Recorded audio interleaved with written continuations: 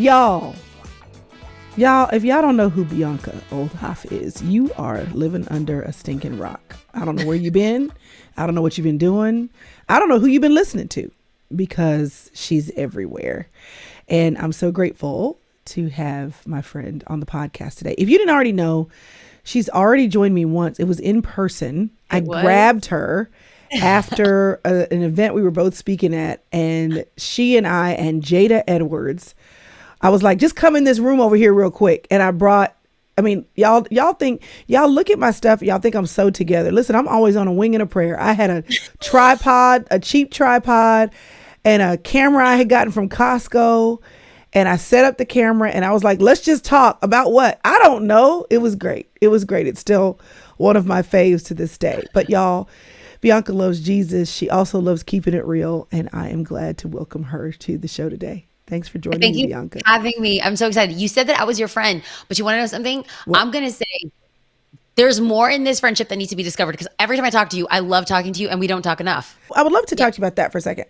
You live a life like me a little bit. I think your life is different in a lot of ways, because how many times a year are you speaking, not church, on Sundays? Like, what is your roster normally has you? How many, what's the number? What to what? So, so my husband and I planted a church 4 years ago, very prophetically right before COVID. So we clearly heard from the Lord. Yes.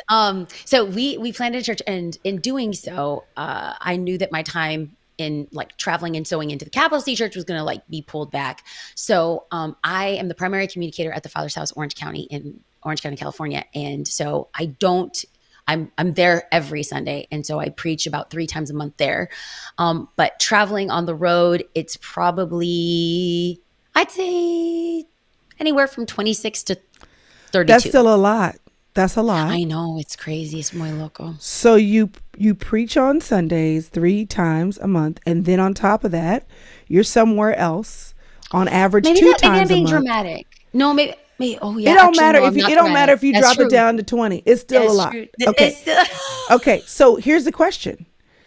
What does it look like for you to cultivate relationship in your life? Like, I know you see your husband, you sleep with your husband, y'all do all the things in the house. I'm talking about like what we were talking about before. Like, how does that work for you to have intentional connection? Do you have what you need, and how do you keep what you need current? Yeah. Okay. So this is how I broke it down. This is actually, adult friendships are hard to manage, to navigate, and to cultivate. They are. And so when we long and we pine for those moments of our high school friends or our college friends, why? Because we were forced to be together 5 days a week. And we had this similar life stage of like boy drama, girl drama, sports, Friday night lights, so all of these shared experiences fostered a false sense of community. When you go into adulthood, even though you were close with somebody, life changes. Someone gets married, or someone has a kid, or someone has a divorce, someone moves. So it's so hard to navigate. And so the language that I've put around is we have to be wise in classifying, okay, who are our core friends? Those are our ride or die. Like, and you cannot manage more than 3 to 4 core friends. Then you have close friends. Close friends are people that you can kick it with, you hang out with. There's a level of vulnerability, a level of transparency, but you have to be cautious in vulnerability. Like you will hang out maybe 1 to 2 times a month. You work out, maybe go to church together, your kids hang out. Those are close friends. You can count on them. If you're stuck at the market, you ran out of gas, you can count on that person to come pick you up. And then you have the convenient friends. And so those, or I like to say casual, those are someone that you maybe have a work relationship with, or you might see them at church. Maybe they're in your small group at church where you like them and you can have them to pray for you. And you can have lots of casual friends, and you can have some close friends, but you can only have a few core friends. So to answer that question, I have a great group of core friends. Like, I am so blessed. Like, ride or die.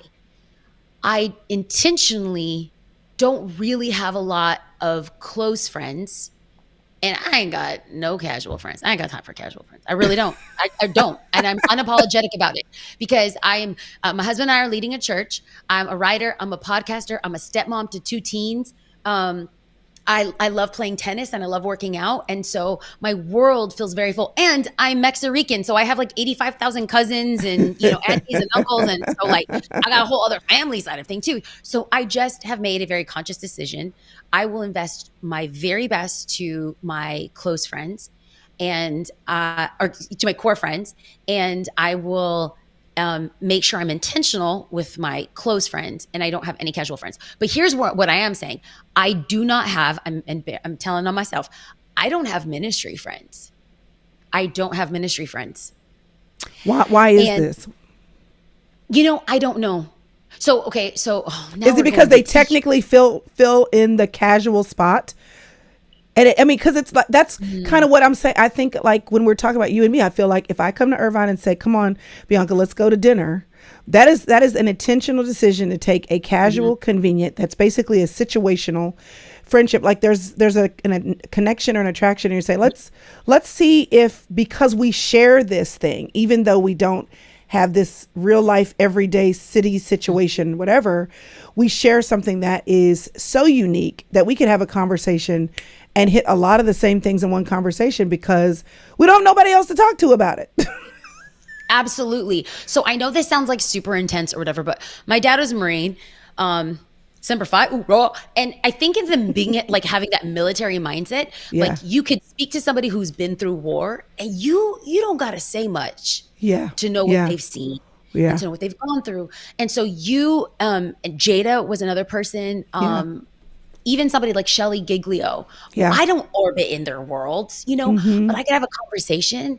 And every time I'm around you, I'm not saying this because you're on the call. I'm saying this because literally every time that I'm around you, there is one, you have an ease and a safety about you, which is why people are attracted to you. But then from a ministry standpoint, you still love, I have a lump in my throat. You still love the church. Yes, I do. 100%. You still love the church.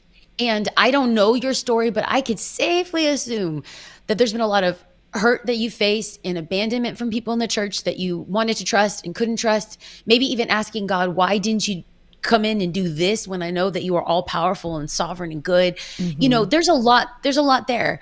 But the fact that you still love Jesus, you're still committed to your family, you're still committed to the bride of God, the bride of Christ. Like I see you and I'm like, I just know I like you.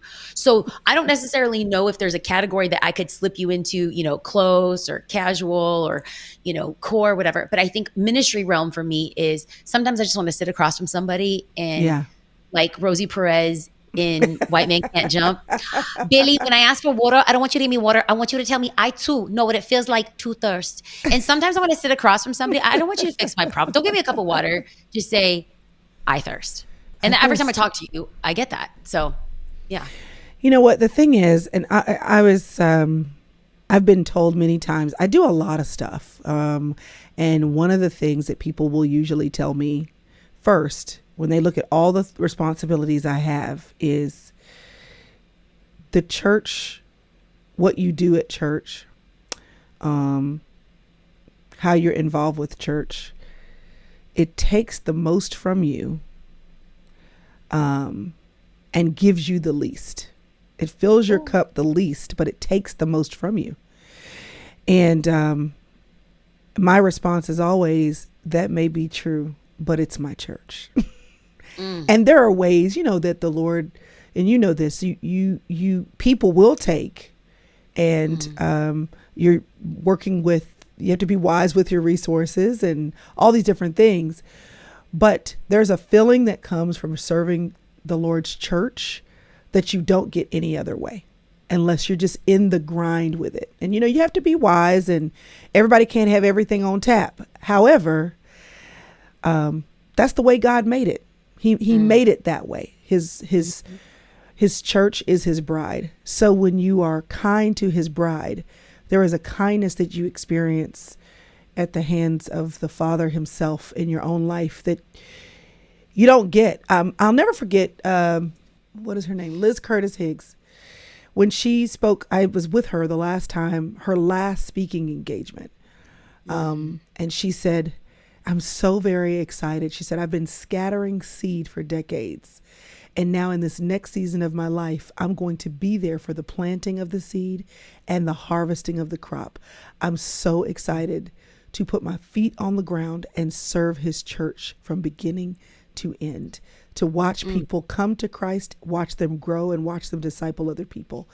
And there's something special about that you don't get. And I mean, I love speaking, I love all that, but it's another thing to see people grow in maturity, and you get that serving in his church. Yeah. So I get what you're saying.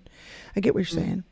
I'm curious though. I know that you have your latest book, right? It's talking about grit, don't quit. And that's a big message, but I want to ask you specifically about the grit, the lessons in grit that you've gotten serving God in his church.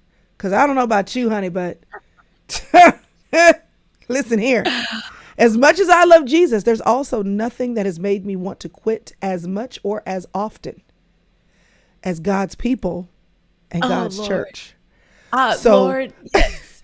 Yes. So talk to me about that. What are some of the things, and maybe even practical examples if you can, without naming names, but what are some of the things that sticking with God's church has taught you about not quitting? So I think one of my strong suits, you hail from a crop of just exegetical Bible teachers in deep, rich theology, which I love and long to emulate in my teaching and communication. But I come from a family of storytellers. And so I will answer this, but let me just paint a picture first and as quickly as possible. Yeah. You know what I love about your podcast is that it never goes in the way that you kind of assume that it's going to go. So I'm very excited that we get to go down this road. So we were church planners, and the church, we actually were open for for less time than we were closed during COVID. Okay. So in the few months that we got to be there as a body, we were a mobile church, and we rented this venue, and I found the venue that I wanted. It was gorgeous. They actually rented it for weddings, and it was all this other stuff. And my husband's like, Bianca, we don't have money for this venue. And I said, my God owns a cattle on 1,000 hill. I've got faith.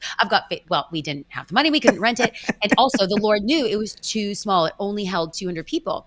And we ended up having like so many people come on our first day, and God was gracious. We were growing very fast. And so anyways, we get this janky, busted venue, busted, can't be trusted, toe up from the flow up, honey. But you want to know something? I'm bougetto. Okay. That's bougie and ghetto. So I pipe and drape this entire venue, and we have seat covers. I got scent machines because next door there was a curry house, and on the other door there was a Chinese restaurant. So we had wafting aromas. Okay. And this venue was so busted, and like no matter what we did, every Sunday we would roll up at 5:30, and there would be something wrong with the venue. But my favorite was on this one particular Sunday, we came in and the men's restroom were missing not a toilet handle or like a toilet cover, a toilet. They were missing the men's toilet. It was a hole in the ground. I said, what is this, Bangladesh? Where are we? What is going on?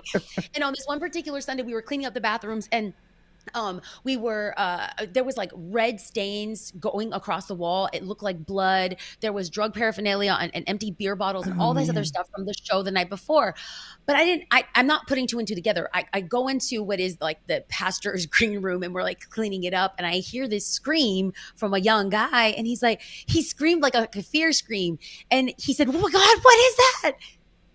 Girl, he found a weave. He thought it was a dead animal. There was a weave stuck between the cushions of the couch, and he thought it was a dead animal. And I laughed. I was like, ha, ha, ha.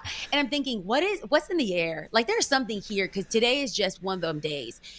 And I'm taking the trash across the stage, and I see like this slick like substance on the floor. Mm-hmm. And in this moment, carrying out the beer bottles, the weed, the drug paraphernalia, people are scrubbing what looks like blood off of a wall.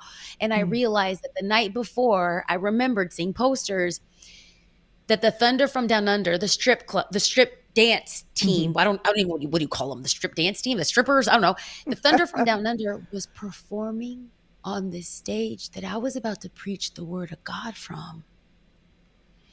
I was wiping up body oil from the floor, and only the blood of Jesus can clean that trash up. Okay. So I was like, Lord, and it was one of the lowest attendance Sundays in our history.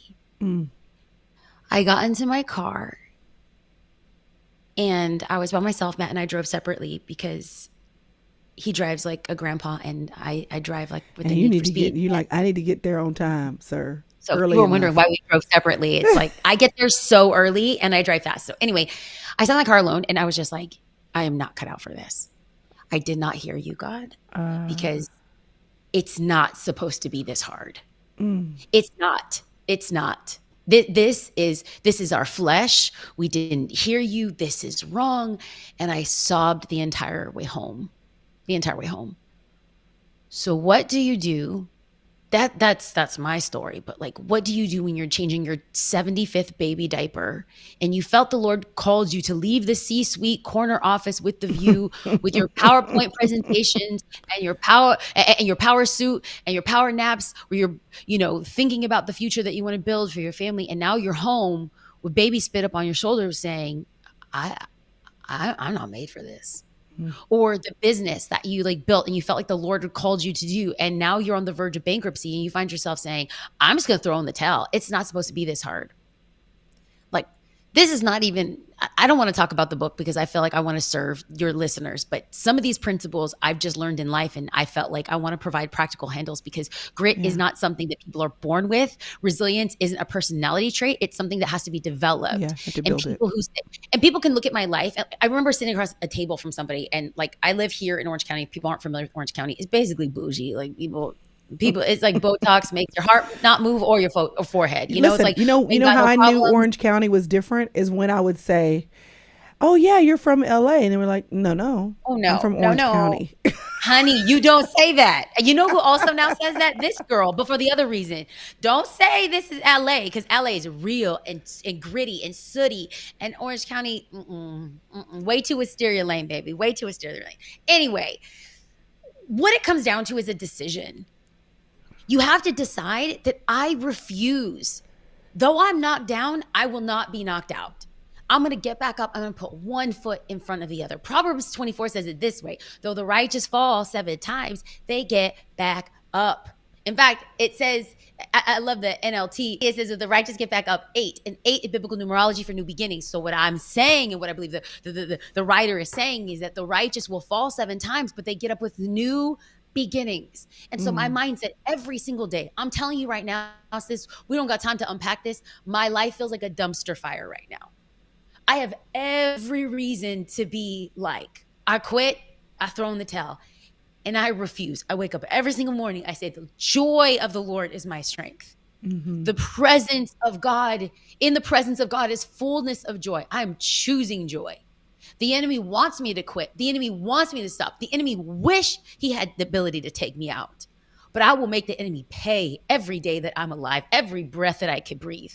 Because there's what I desire is for people to understand that there is a unique call for their life, and the enemy wants to thwart them and stop them. That's right. And just have them walk away from parenting, walk away from the marriage, walk away from the business, walk away from the church. And I'm just saying, we know what quitting feels like. Do we know what staying feels like?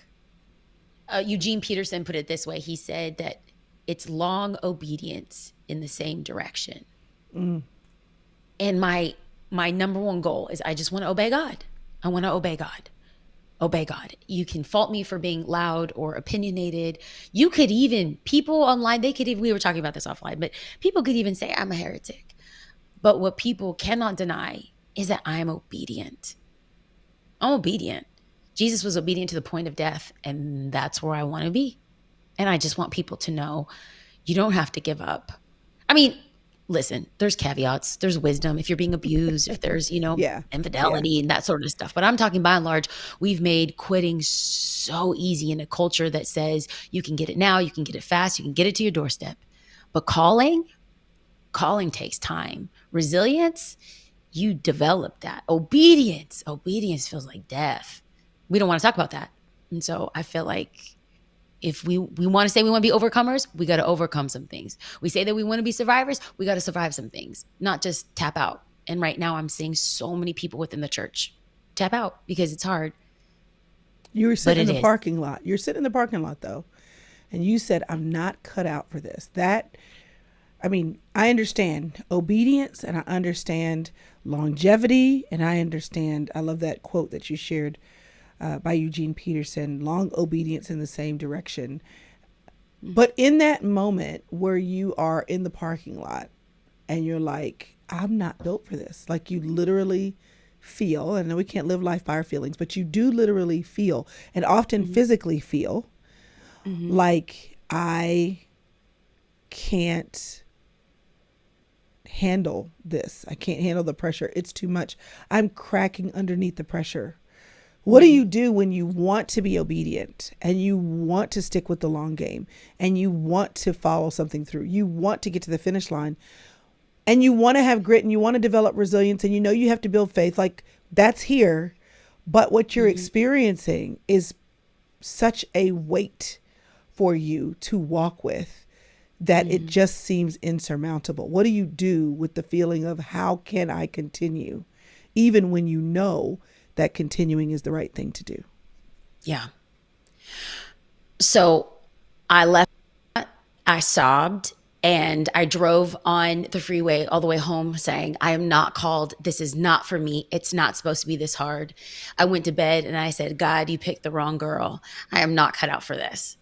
And then I woke up the next morning and I still felt all the same things. And I think we're prone when we hear something like this, grit, don't quit. We think that we just have to build a bridge and get over it. Here's a tissue for your issue. And you just make a mental decision, tell yourself a new narrative and move forward. This is happening for you. God's in control. He's sovereign. That is true. But for me and for anyone else like me, where you have lots of feelings and emotions, I don't want you to discount that. Because feelings for a lot of people, especially that are built like me, feelings are how I hear God. And so I don't want to dismiss those feelings or become anesthetized to those feelings. In fact, I believe that God wants us to grieve. Isaiah says that God is a man of many sorrows. So he knows our sorrow. So the next morning, to continue on this story, I wept and I begged God. I begged God. I don't want to have like a Garden of Gethsemane moment, but I literally was like, take this from me. I am not the person for this. I am not as strong as you think I am. I'm just literally not.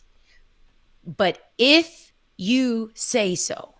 I love in Luke 5:5. Jesus tells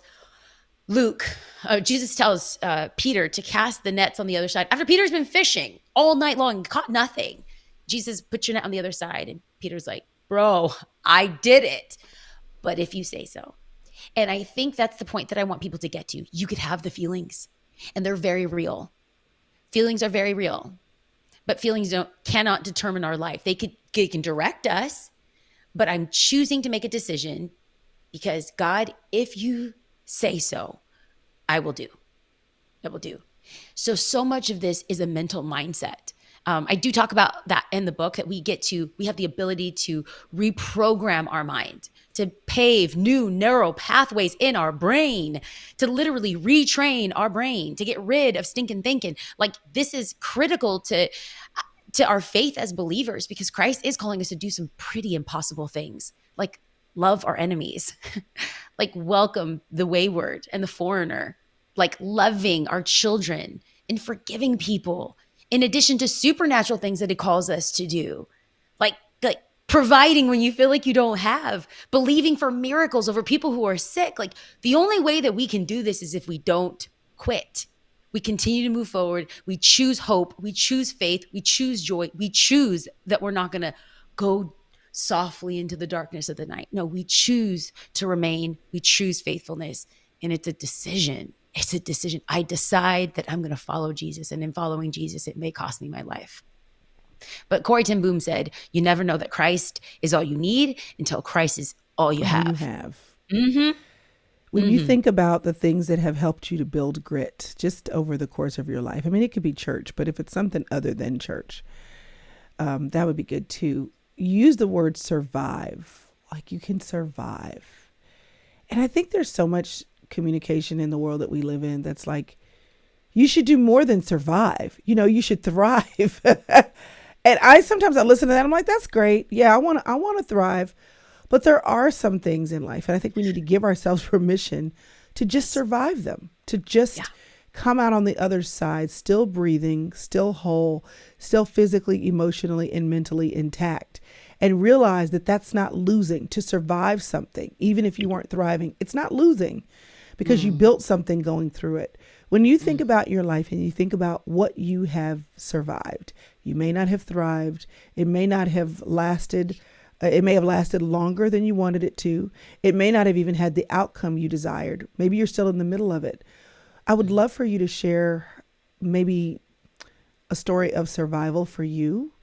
Because I think when we hear the words like grit and resilience, it's like I'm supposed to be sitting on top of it, totally victorious, having the winning spirit, and we can have that. But sometimes the win is that you survived. What has survival looked like for you? Okay, there's two things that come to mind. One feels like way deep, and I want to make sure that we're not unpacking or opening wounds for people that maybe we don't have time to unpack. But one is childhood trauma, and then the other one is, no, let's go this way. Let's go this way, because this is something that I feel I'm working through and God has given me a grace for in this season. But I've wrestled with my weight my whole life. And I was morbidly obese as a kid. I weighed more than my father. And through some healthy, some very unhealthy measures, weight has been something that has been an Achilles heel for me. It really has been. And so I think being made fun of, being judged, being like hating myself because of how I viewed myself and how others viewed me. So we talk about survival. I think that one of the things that has been a survival tactic for me is whether I am in shape, because I have had moments where I am like thin and believing that I'm taking care of my body in the best way that I can. And then I had moments recently, even just with my health, that no matter what I did, my body just exploded. I couldn't explain it. I had no idea what was going on internally. No one did either. People just thought, oh, well, she's fluffy. She's getting some more weight. When look, no, there was a whole thing that was going on. And I think when we talk about surviving in this season of my life, survival looks like to me that I can be whole and complete and healthy without the scale determining what health should look like and what culture says that health should look like. I'm surviving because instead of choosing self-hatred and a narrative of how disgusting my thighs are or how much I have a baby pooch and I've never had a biological baby. I mean, let's talk about that. Let's talk about I've got more rolls than a bakery. You know what I'm saying? So I could sit here and I could talk about cankles and I could talk about weight and I could talk about all these things, or I can make a decision to say, my God has allowed me to survive an attack on my body with health. I'm a survivor and I'm fearfully and wonderfully made, as Psalm 139 says. That I'm choosing to believe that no matter my weight, my value is not determined by the numbers on the scale. My hunger is not satiated in teaspoons or in ounces or in measuring cups, but I'm learning to intuitively trust that I'm going to take care of the temple that God has given me. And I'm going to choose to make healthy decisions. And I'm going to choose to walk 10,000 steps a day. I'm going to choose to continue to work out because it's not just good for my body because I'm trying to get a six pack. It's good for my soul. And I'm making a space for the Spirit of God to reside because First Corinthians tells me that my body is a temple of the living God. And so when we talk about surviving, I think I'm talking about the assault that we predominantly as women have against self-hatred and our bodies.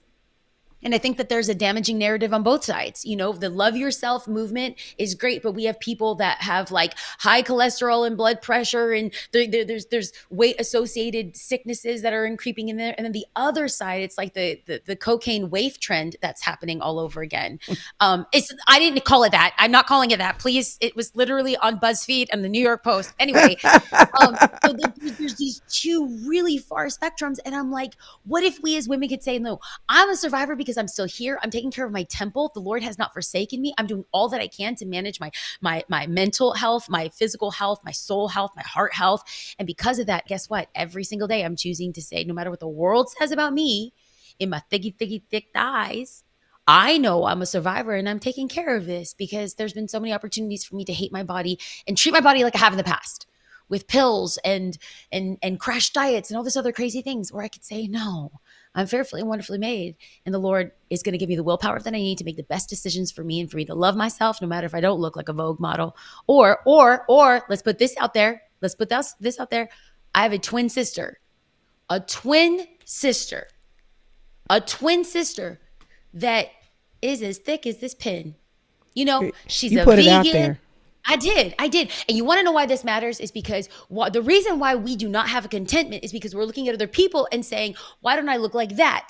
If anyone has an issue about this, I'm going to Jesus like, she's my twin. Why does she look so skinny? Well, God, she gets stressed, she loses weight. I get stressed, I gain weight. Come on, Jesus, that's not fair. But what we don't realize is science is showing us, because of social media, there's actually a huge case study with twins in the 80s that came out, and they called it mirror identities, and how twins have innate abilities for competition that is very unhealthy because you always have what they called a mirror. Well, what's happening with social media is that we have these mirror counterparts. It's somebody who's our exact ethnicity, our exact age, our exact station in life, and yet they're married, they have kids, are debt free, they own a home, they vacation in Bali. Like, they're an Instagram influencer. And what we're not realizing is that compare leads to despair. What is surviving for me is I could be on social media and I could bless you from afar. Girl, you look good. Handle that business. And I'm still going to celebrate the life that I live. I'm still going to be thanking the Lord for the body that I have. I literally, I do not look like anyone here in Orange County. But my God, I could do 30 push-ups. My God, I could do a plank for 90 seconds. My God, I'm going to take care of myself. And you know what? I'm a survivor out in these streets looking thick, but still praising the Lord. So that's on well, here's what, first of all, thank you for jumping into all that, because I think, and you hesitated.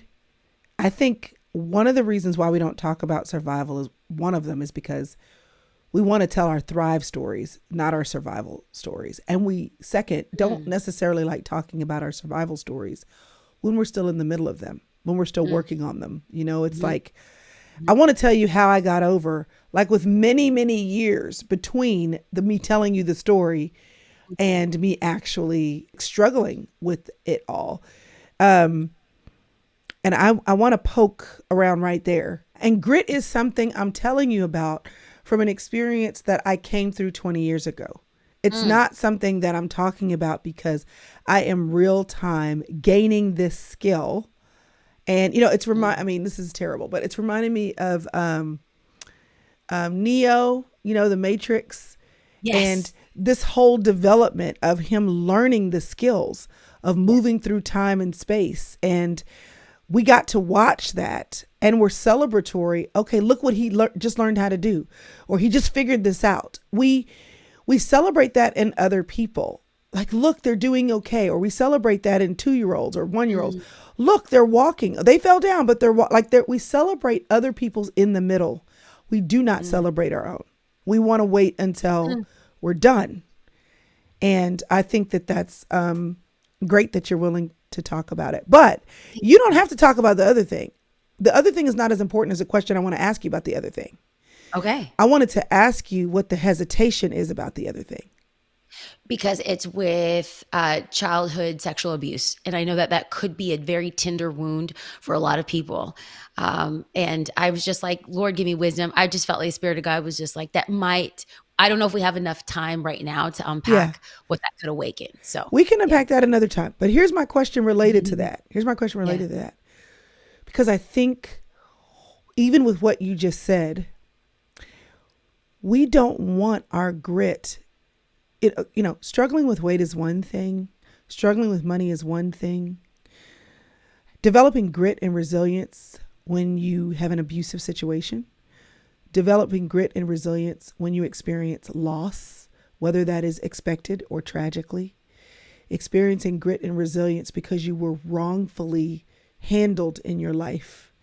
I think that message that we can experience and grow and get grit and resilience from horrible things that happen to us. I would love for you just at the top level to speak to the person who is mad that the kind of thing that is growing their strength, the kind of thing that is growing that the tenor of their life, the kinds of things that they've had to experience at the hands of people who, whether they wanted to care or didn't actually care, that it was hurtful. Even cycling back around to what we talked about at the beginning of our conversation, grit and resilience from people who say they love Jesus that you go to church with, but cut you with a dagger. Speak to the person who needs the message of grit and resilience, but maybe even a little angry, upset, or questioning God about how they're having to develop grit and resilience based on the story of their life? So I say I'm not going to default to theology because that's for your family, but this is where I'm going to give us, this is going to wrap this up. A lot of the book, Grit, Don't Quit, is based on the life of Paul the Apostle, who I call my Bible boyfriend. And I love that in Acts 27, he had the ability to appeal to Caesar. And because he was a Roman citizen, they allowed him to go to Rome. His destination was Rome to speak to the most powerful man in the world and the most powerful country in the world. He was going to Rome, and it was confirmed. And he is in Acts 27 in the middle of a storm.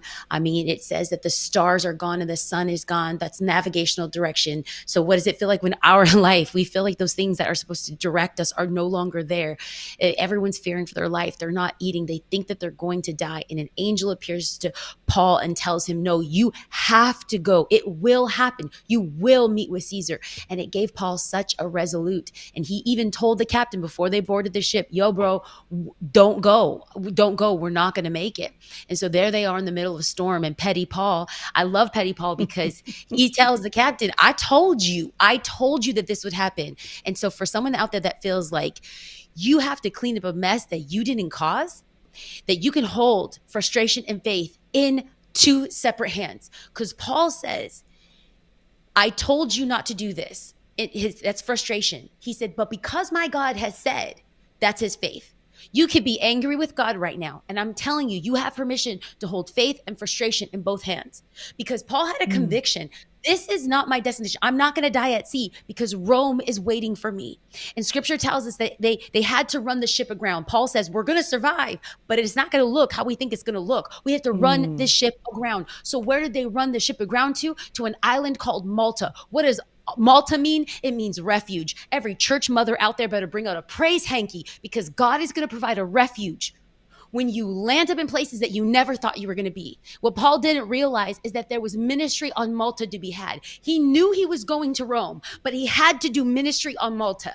And no matter what station you're in, I'm telling you, waving at you from the shores of Malta, I'm here and I may be shipwrecked and snake bitten, but the hand that the snake has bit is going to be the hand that's going to heal people on the island. The thing that was supposed to take you out, God will use to bring healing to those who feel like they aren't going to make it. So let me remind you, you might be on Malta, but Malta is not your home. Don't build a house. You could pitch a tent, but don't build a house. Malta's not your home. Rome is waiting. And there's people out there that are listening. You know you have promises from God. You know that God has spoken to you. God's word is full of promises. Malta is not the fulfillment of your promise. Rome is. So don't give up. That's the easy way. Quitters never win and winners never quit. Don't give up. Malta's not your home. There's ministry on Malta. But Rome is waiting for you. You're too young to quit. You're too old to give up now. Stay the course. It's so good. And I just want to say to you, whether you're surviving or whether you're thriving, you need to make sure that you never let any of the haters or the people who hesitate to do what they're supposed to be doing in this life distract you or take you away from doing what you're supposed to do, my dear, the way you're supposed to do it. There are people, and you already know this, but I just want to underscore, bold, and underline. There are people that only hear the message of the gospel because you say it and share it through your lens, through your experience, through the way that you've encountered God, both in the now and in the before. And when they say things to you in the comments publicly or come crawling into your DMs, you just need to know that your unique way of delivering the words that God has given to you are uniquely received by people who wouldn't hear it any other way. So keep doing what you do, girl, and building the grit through all the things you're working through, because as you do, the overflow of that helps us all. Come visit me in Orange County. You're my friend already. I will. Thanks for being with me.